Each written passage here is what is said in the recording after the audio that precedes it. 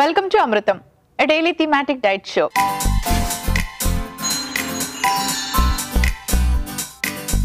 ఇవాల్టి మన theme happy breathing.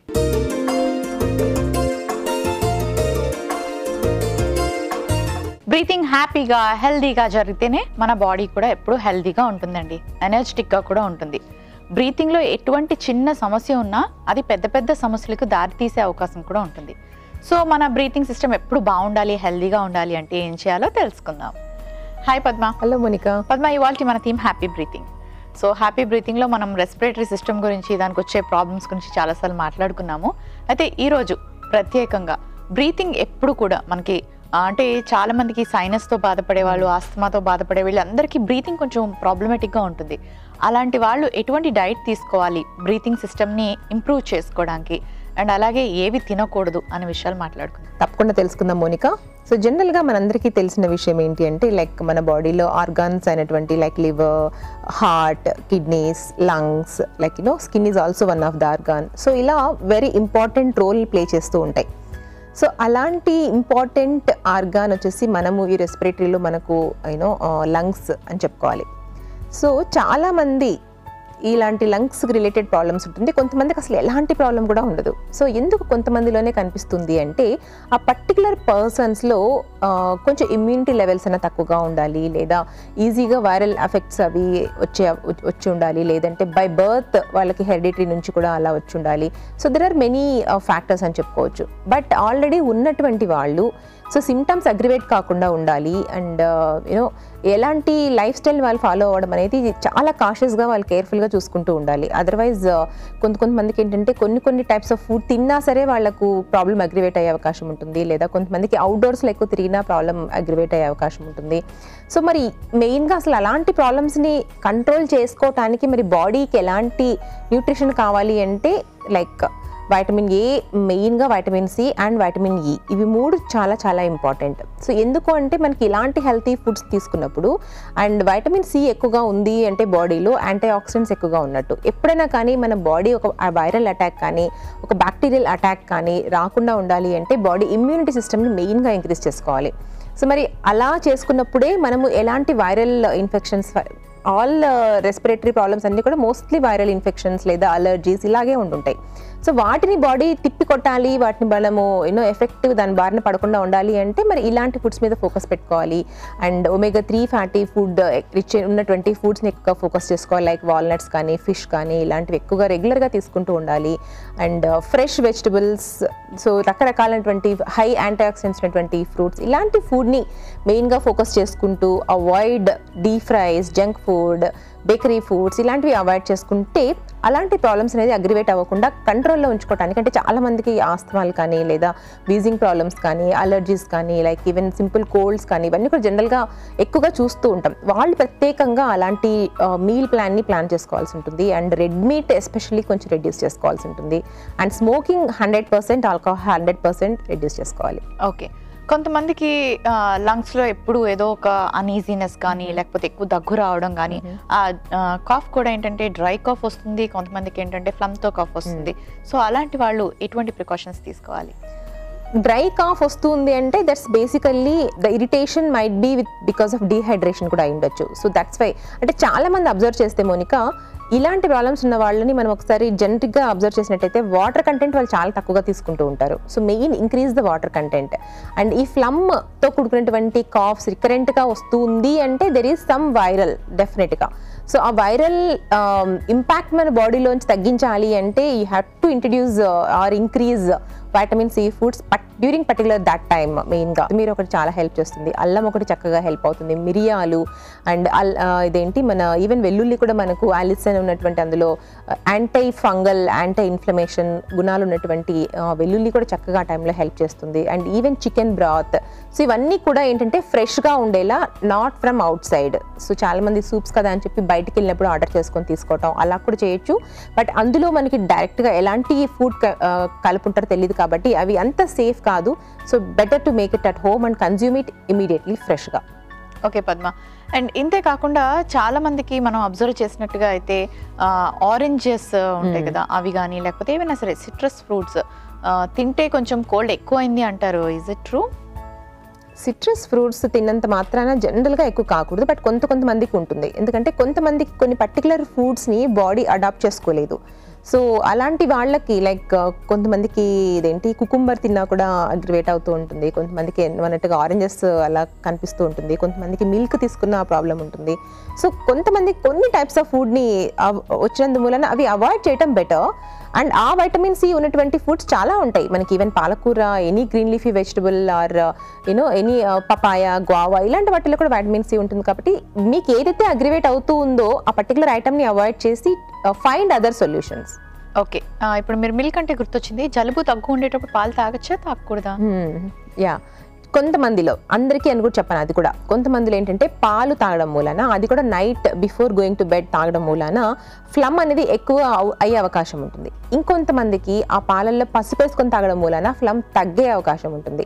So వాళ్ళ బాడీ రియాక్షన్ని బట్టి వాళ్ళు అలాంటి డైట్ ప్యాటర్న్ ప్లాన్ చేసుకుంటే బెటర్. బట్ జనరల్గా చెప్పాలి అంటే పాలల్లో పసుపు వేసుకొని నైట్ పూట తాగడం మూలన మనకు ఆ ఫ్లమ్ అనేది తగ్గుతుంది అని చాలా మంది చెప్తుంటారు, because of that antibiotic in turmeric.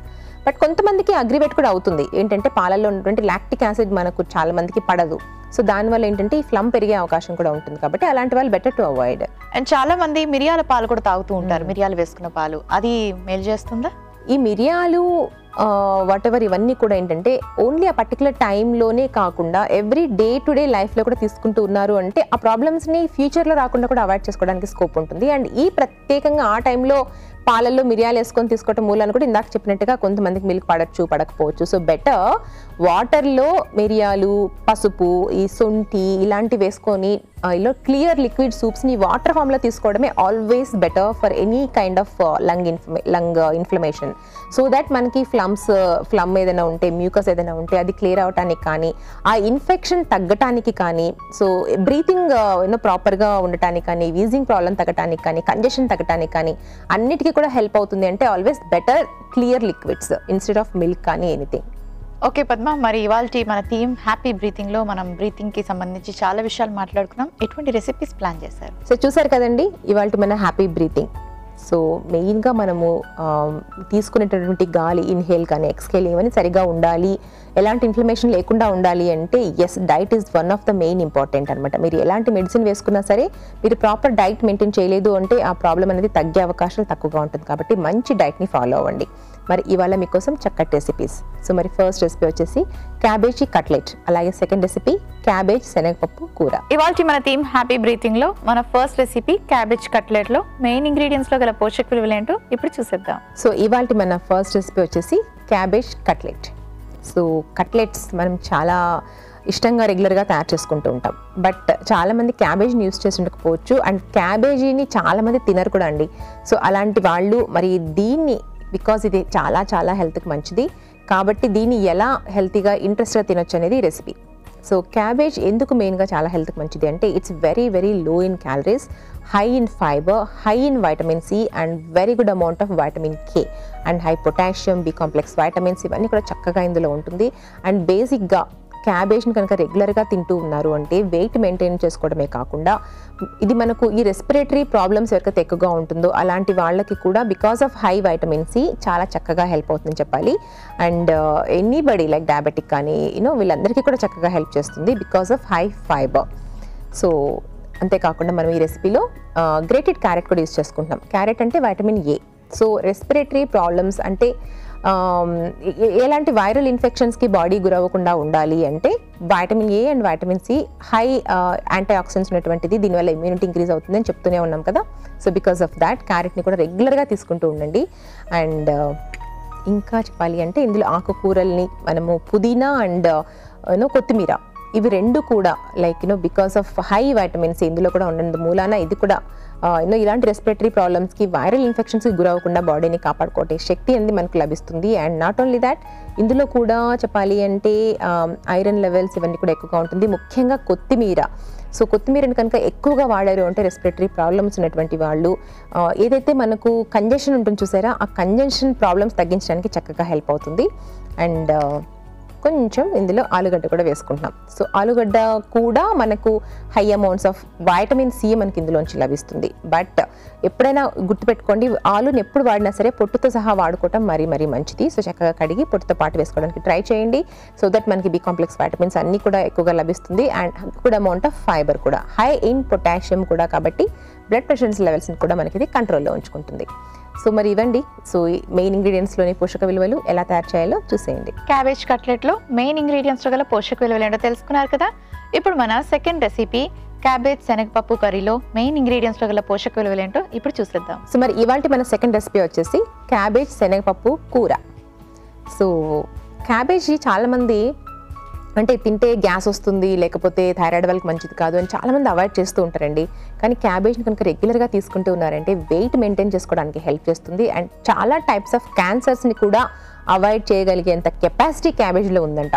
So మరి రెగ్యులర్గా క్యాబేజ్ని తీసుకుంటే తప్పేముంది, చాలా చక్కగా మనకి అవైలబుల్గా ఎప్పుడు కూడా ఉంటుంది through out the year. And price కూడా మనకి ఎప్పుడు రీజనబుల్ ప్రైస్లో ఉంటుంది. సో ఎంత ఎక్కువగా అంటే వీక్ అట్లీస్ట్ 2 to 3 times క్యాబేజ్ని డైట్లో యాడ్ చేసేసేయండి. ఇలాంటి రెస్పిరేటరీ ప్రాబ్లమ్స్ కూడా చక్కగా హెల్ప్ అవుతుంది. అండ్ దీంట్లో ఇంకా ఇందులో మనము శనగపప్పును కూడా యాడ్ చేసుకుందాం. సో దట్ మనకి ఇక్కడ ప్రోటీన్ కూడా యాడ్ చేసిన వాళ్ళం అవుతాం. So always good protein, healthy protein is good for health and for any kind of health reasons. Respiratory ప్రాబ్లమే కాదు, మన బాడీలో ఏ ఫంక్షన్ సరిగా జరగాలి అన్నా, బాడీ పార్ట్లో ఎనీ ప్రాబ్లమ్స్ లేకుండా ఉండాలి అన్నా ప్రోటీన్ చాలా చాలా చాలా ఇంపార్టెంట్. సో అలాంటి హెల్తీ ప్రోటీన్ కోసం మీరు ఎలాంటి లెగ్యూమ్స్ అయినా కానీ, లైక్ శనగపప్పు కానీ, పెసరపప్పు కానీ, ఇలాంటివి ఏవైనా కానీ చక్కగా యాడ్ చేసుకోండి. క్యాబేజీ శనగపప్పు కూరలో మెయిన్ ఇంగ్రీడియంట్స్లో గల పోషక విలువలు ఏంటో తెలుసుకున్నారు కదా. Thank you Padma. సత్య ఇలా అడుగుతున్నారు, నా ఏజ్ 28, హైట్ 5'4", వెయిట్ 70 kgs. నేను బరువు తగ్గాలనుకుంటున్నాను. రాత్రులు డిన్నర్ 6 o'clockకి చేస్తున్నాను. పడుకునేటప్పుడు బాగా ఆకలిగా ఉంటుంది. సో ఆ టైంలో ఏం తినచ్చు? హలో సత్య గారు, సో మీరు వెయిట్ అయితే డెఫినెట్గా 10 to 15 kgs ఫస్ట్ ఈజీగా తగ్గాల్సి ఉంటుంది. అండ్ 6 o'clockకి మీ డిన్నర్ అనేది టూ ఎర్లీ అండి. సో మీరు ఏం చేస్తారంటే అరౌండ్ 4:30 ఆ టైంలో కొంచెం ఉడకపెట్టిన పల్లీలు కానీ, లేదా ఉడకపెట్టిన చెన్న, రాజ్మా ఇలాంటివి ఏమైనా కానీ తీసుకోవడానికి ట్రై చేయండి. అండ్ 7 o'clockకి మీ డిన్నర్ తీసుకోండి. అండ్ డిన్నర్లో కూడా boiled vegetables or steamed fish or అలాగే స్టీమ్డ్ చికెన్ కానీ ఇలాంటివి ప్లాన్ చేసుకోండి. ఇంకా పడుకునే ముందు ఇంకా ఆకలిగా ఉంది అంటే ఏదైనా లైట్ సూప్స్ తీసుకోండి. అండ్ సో ఇలా ప్లాన్ చేసుకుంటూ స్మాల్ ఫ్రీక్వెంట్ మీల్స్ అండ్ మీరు తీసుకునే ప్రతి మీల్లో కూడా ఒక్కొక్క ముద్ద తగ్గిస్తూ వెళ్ళండి. సో ఇలా చేసినట్లయితే కొంచెం వెయిట్ అనేది ఈజీగా తగ్గొచ్చు. But always remember, so healthy వేలు తగ్గటం మంచిది కాబట్టి బ్యాలెన్స్డ్ మీల్ని ప్లాన్ చేసుకోండి. మన ఫస్ట్ రెసిపీ క్యాబేజ్ కట్లెట్.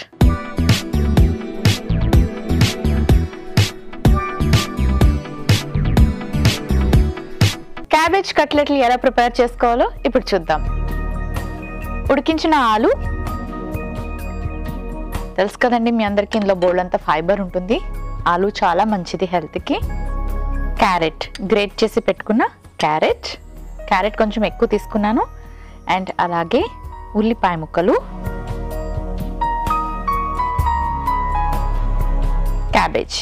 క్యాబేజ్లో మనకి వైటమిన్ కే ఎక్కువగా ఉంటుంది, వాటర్ కంటెంట్ కూడా ఎక్కువగా ఉంటుంది. సో ఇప్పుడు ఆలుతో పాటు ఇవన్నీ కూడా బాగా ఇలా మ్యాష్ చేసుకుందాం. ఓకే, ఆ తర్వాత కొంచెం పుదీనా యాడ్ చేసుకుంటున్నాను, అలాగే కొంచెం కొత్తిమీర. సో ఈ రెండిట్లో కూడా మనకి వైటమిన్ సి పుష్కలంగా ఉంటుంది. అండ్ అంతేకాకుండా కొంచెం ఫైబర్ అండ్ అలాగే యాంటీ ఆక్సిడెంట్స్ కూడా ఉంటాయి. ఇవన్నీ ఆరోగ్యానికి చాలా అవసరం. కొంచెం ఉప్పు,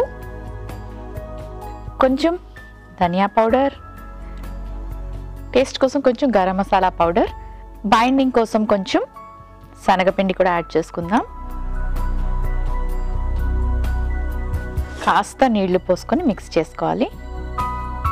సో మరి నేను మిక్స్ చేసి పెట్టుకుంటాను, కాస్త వెయిట్ చేయండి. ఓకే, మిక్స్ చేసుకున్నాక స్టవ్ ఆన్ చేసుకొని ప్యాన్ పెట్టుకొని కొంచెం ఆలివ్ ఆయిల్ వేసుకుందాం కట్లెట్స్ని ఫ్రై చేసుకోవడానికి.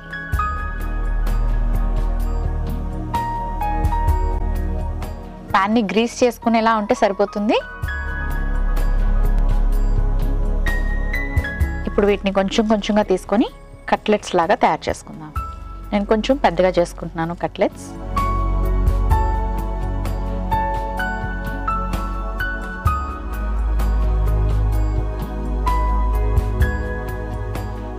ఇప్పుడు ఇలా తయారు చేసి కట్లెట్స్ని మనం ఫ్రై చేసుకుంటున్నాం కదా, రెండు వైపులా ఎర్రగా కాల్చుకోవాలి. కొంచెం టైం పడుతుంది, వెయిట్ చేయండి. ఓకే, ఫ్రై అయ్యాయి. ఒక సర్వింగ్ ప్లేట్ తెచ్చుకుంటాను.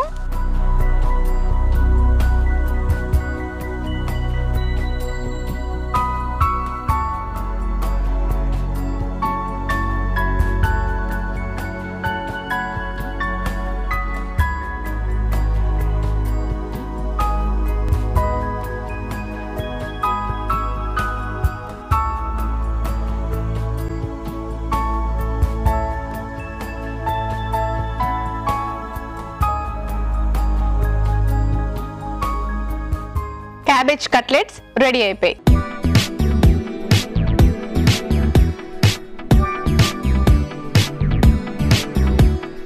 మన నెక్స్ట్ రెసిపీ క్యాబేజీ శనగపప్పు కూర.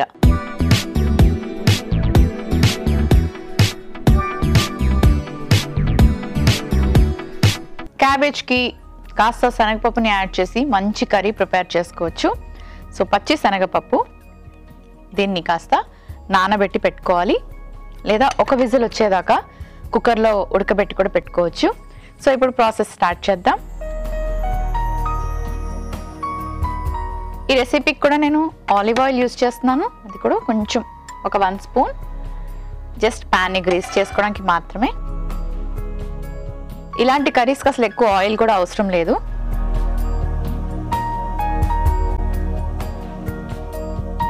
ఆయిల్ కాస్త హీట్ అయ్యాక కొంచెం పోపు వేసుకుందాం. పచ్చిశనగపప్పు, మినపప్పు, జీలకర్ర, ఆవాలు.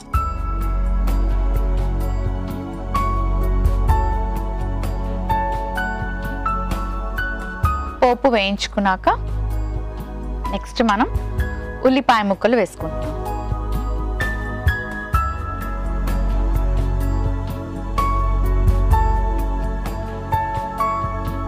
ఈ రెసిపీలో మనం టొమాటో యాడ్ చేసుకుంటున్నాం. టొమాటోలో vitamin C, fibre, antioxidants, cancer రాకుండా ప్రొటెక్ట్ చేసే మంచి గుణాలు మనకి టొమాటోలో ఉన్నాయి. సో టొమాటోని ప్రతి ఒక్కరూ తీసుకోండి. కిడ్నీలో స్టోన్స్ ఉన్న వాళ్ళు కానీ, లేకపోతే ఏదైనా అసిడిటీ లాంటి ప్రాబ్లమ్స్, అంటే పులుపు తింటే కొంచెం ఇబ్బందికరంగా ఉంటుంది కదా, అలాంటి ప్రాబ్లమ్స్ ఉన్న వాళ్ళైతే జస్ట్ సీడ్స్ని మాత్రమే అవాయిడ్ చేయొచ్చు. మొత్తం టొమాటోనే కొంతమంది కంప్లీట్గా డైట్లోంచి తీసేస్తారు. అలా చేయకండి. టొమాటోలో చాలా మంచి న్యూట్రియం వాల్యూస్ ఉన్నాయి.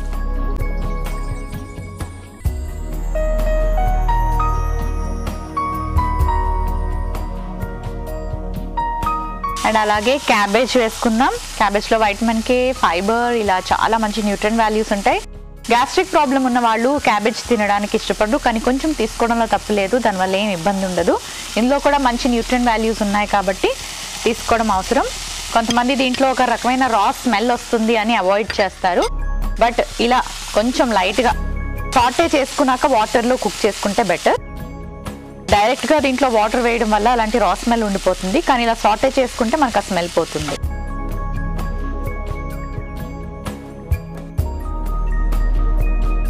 ఇప్పుడు కొంచెం ఉప్పు వేసుకుందాం. అలాగే నానబెట్టి పెట్టుకున్న పచ్చిశనగపప్పు,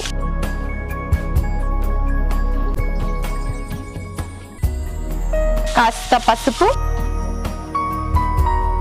కొంచెం కారం, కాస్త గరం మసాలా పౌడర్,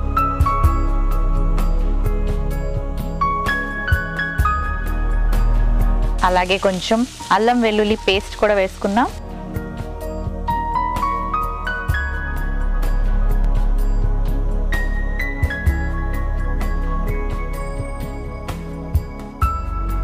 ఒక 5 నిమిషాల పాటు అలా సాటే చేసుకున్నాక కొంచెం నీళ్లు పోసుకుందాం.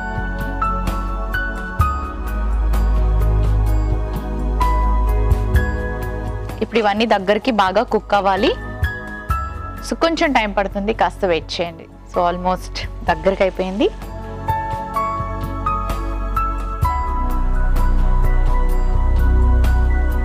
ఒక సర్వింగ్ బౌల్ తెచ్చుకుంటాను.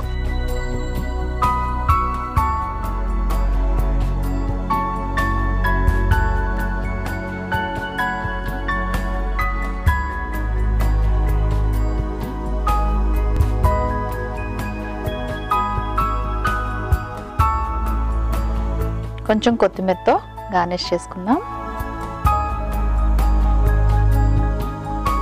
క్యాబేజ్ శనగపప్పు కూర రెడీ అయిపోయింది.